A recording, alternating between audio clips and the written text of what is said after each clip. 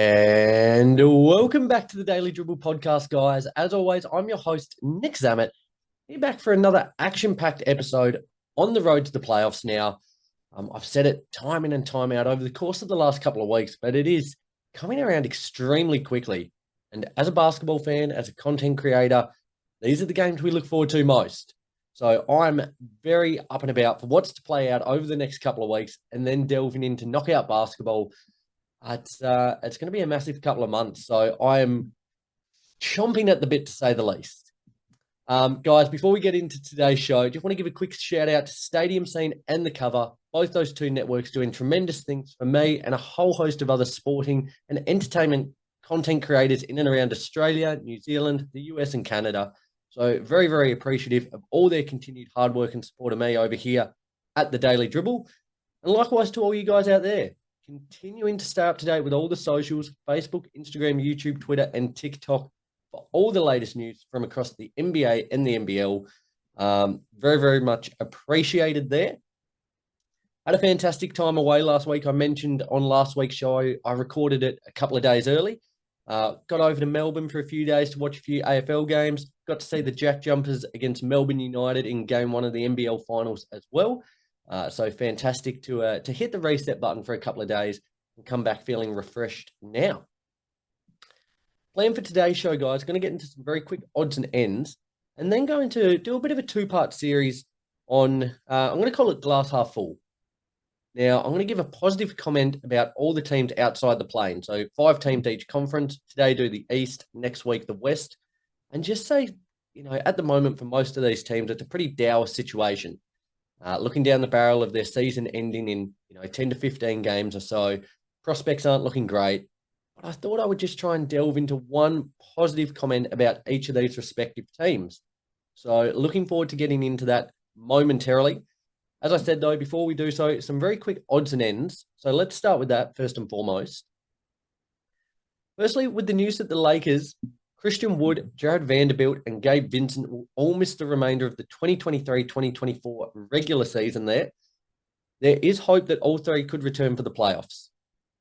Now, I think for the Lakers, as a Lakers fan, for them to make a genuine run at it and try and turn some heads, they certainly need these guys back.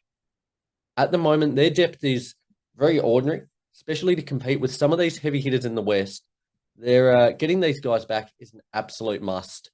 What we've seen, especially from Vanderbilt, both ends of the floor, more so on the defensive end, has been money. I certainly need Christian Wood as that backup center. I think he offers a lot more than Jackson Hayes does.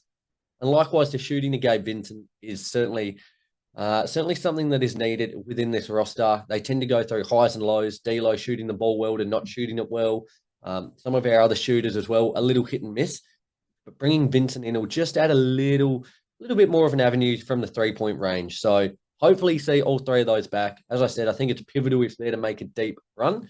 Given their lowly position at the moment, I'm still holding on to hope that the Lakers could make a deep run. But as I said, having these guys back will be crucial within that. The NBA is working with DraftKings and FanDuel to integrate live betting into the NBA League Pass app. Now, the idea behind it, fans will now be able to place point spreads, over-under, and money line bets directly through these game streams. Fantastic if you're into punting. Also, very, very dangerous if you're like myself, who used to love a punt. Have tried to steer away from it now. It's easier said than done to steer away when it's looking you right in the eye every time you watch a game. But I think as well, it could actually detract from the enjoyment in games. I know for myself when I was punting red hot, I didn't care about the actual sport. I just cared about the result and the actual money involved. I think that could be quite the case with a lot of people should they go this route with it. Nobody's going to care about, the highlight plays of Anthony Edwards and the behind-the-back passes of LeBron James and Nikola Jokic. They're only caring about how many points are scored.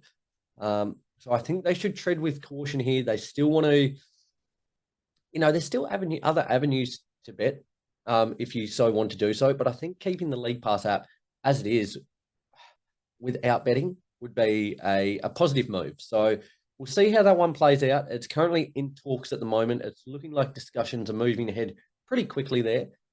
If it should go ahead, you'd anticipate for next season.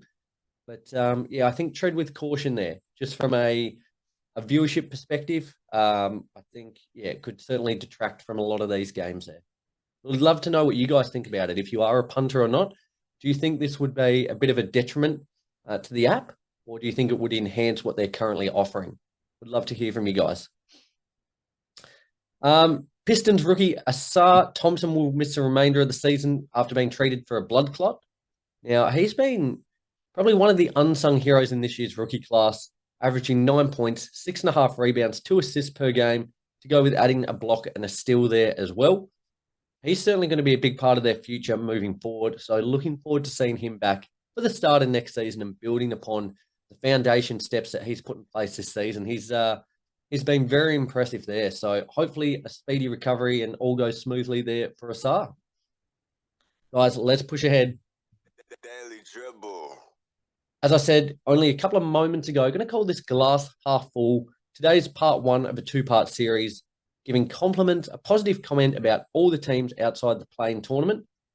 At this stage, across both conferences, it looks as if the 5 respective teams in each conference are pretty well set. You can't see any of them moving up, really. So a good opportunity to showcase some of these teams. As I said, we'll do the East today, rattle over to the West the week after. By the conclusion of that 2-week period, it'll be time to turn our attention to the postseason and the matchups that are set to play out there, as most teams will only have a handful of games to go. I do apologise for that little pause. A little sneeze got me there, so had to just mute the mic. I can't imagine you'd like to hear that coming through your ears. Let's start firstly with the Wizards in the 15th seed at the moment.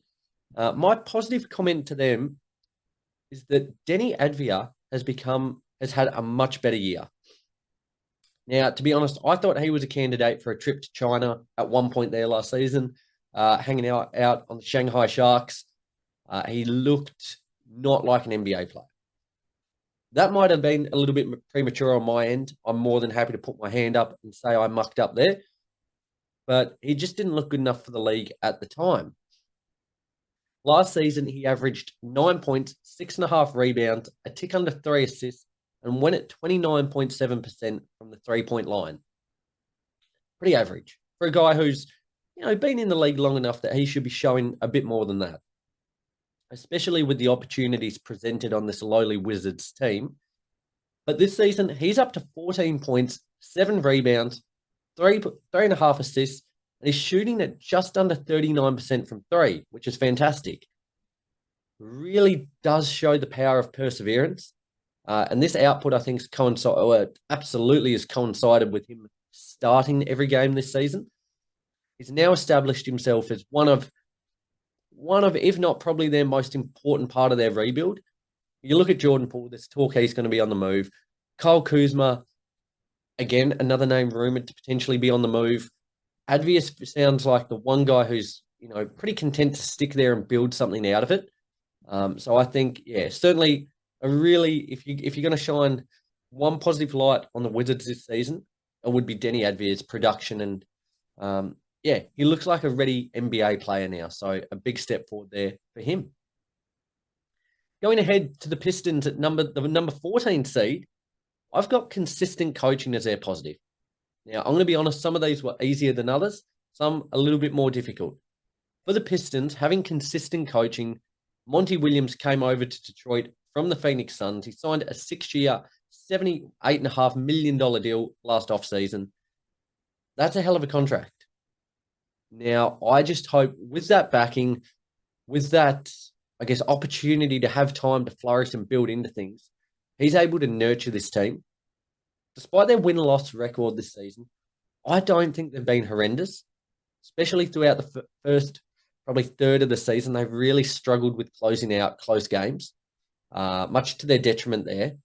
I like that they've certainly established some key pieces that will be part of their future moving forward, looking at Cunningham, Jalen Duren, Asar Thompson. They've got a lot of young talent there to build around, but Williams just needs time to nurture it. And with a contract such as his, as long as it is, he's going to get that time. I think remaining there, if it's a more slow, calculated build, if the organization gives him time to make it a slower, gradual rebuild as opposed to let's make the playoffs straight away, it's certainly going to benefit the team. As I said, I think Cunningham's a star. He just needs a couple of running mates to go with him. I think certainly having another year under the belt for some of these young players will certainly help that. So consistent coaching is my key point there for the Detroit Pistons. Number 13, the Hornets. My positive comment for them is that out of these bottom 5 teams, they still probably or arguably have the best player amongst them. When LaMelo Ball is healthy, he is a superstar. Yet staying healthy is the big key there within that. Very similar to Lonzo, staying on the court has been a problem so far.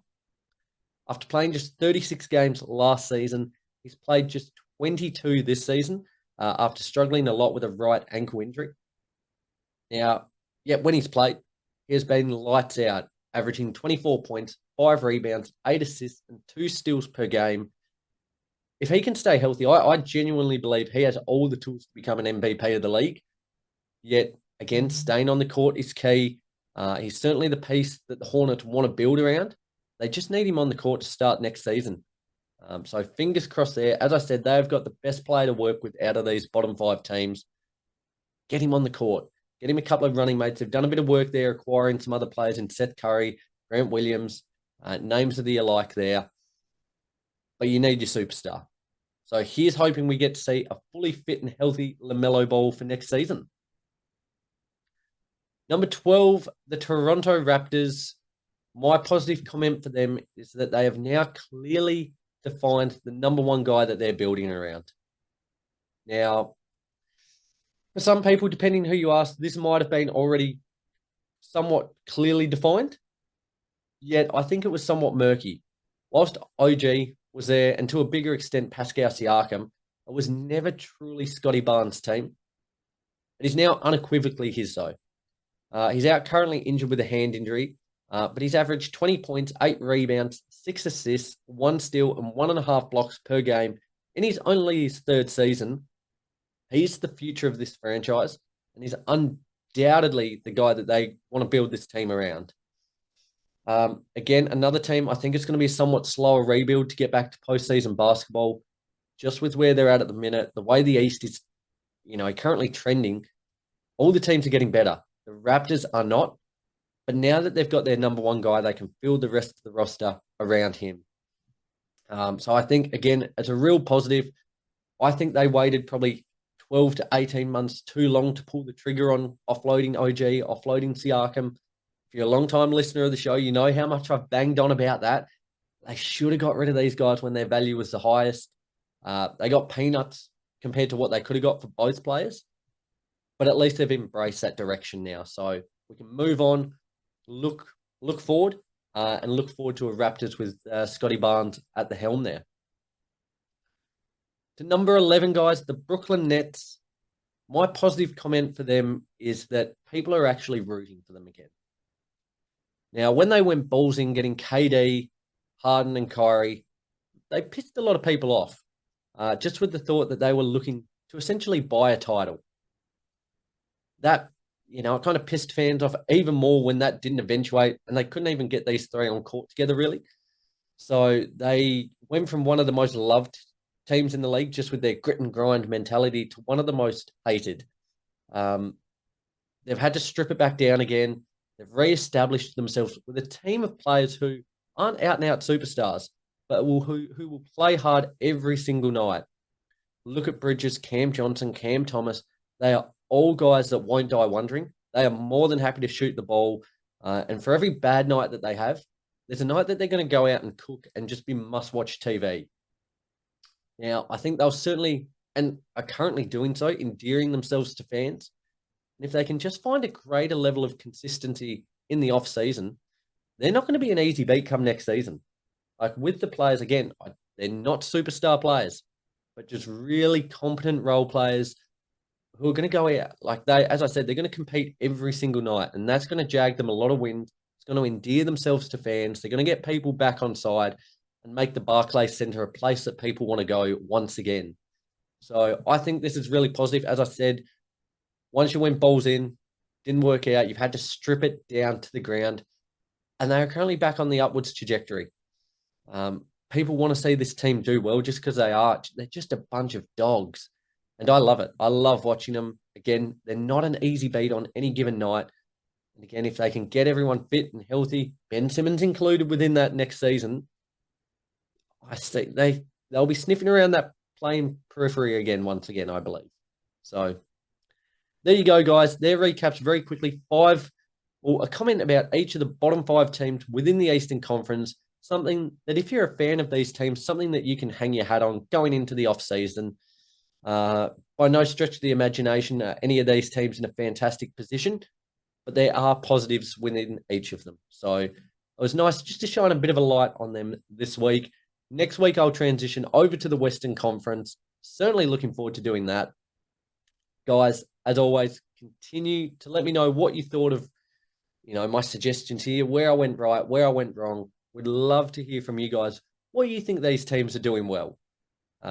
Some of them you might struggle with, but nevertheless would love to hear what you guys think. So hit me up on the socials, Instagram, Facebook, YouTube, Twitter, and TikTok. Would love to speak to you all then.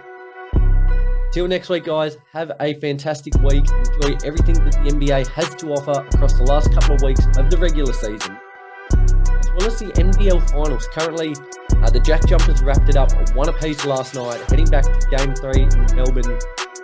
This episode will drop Sunday, so it'll be on Sunday.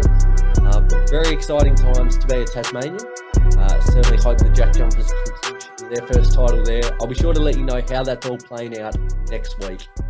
Till then, though, guys, have a fantastic week, and I'll talk to you soon. Take care.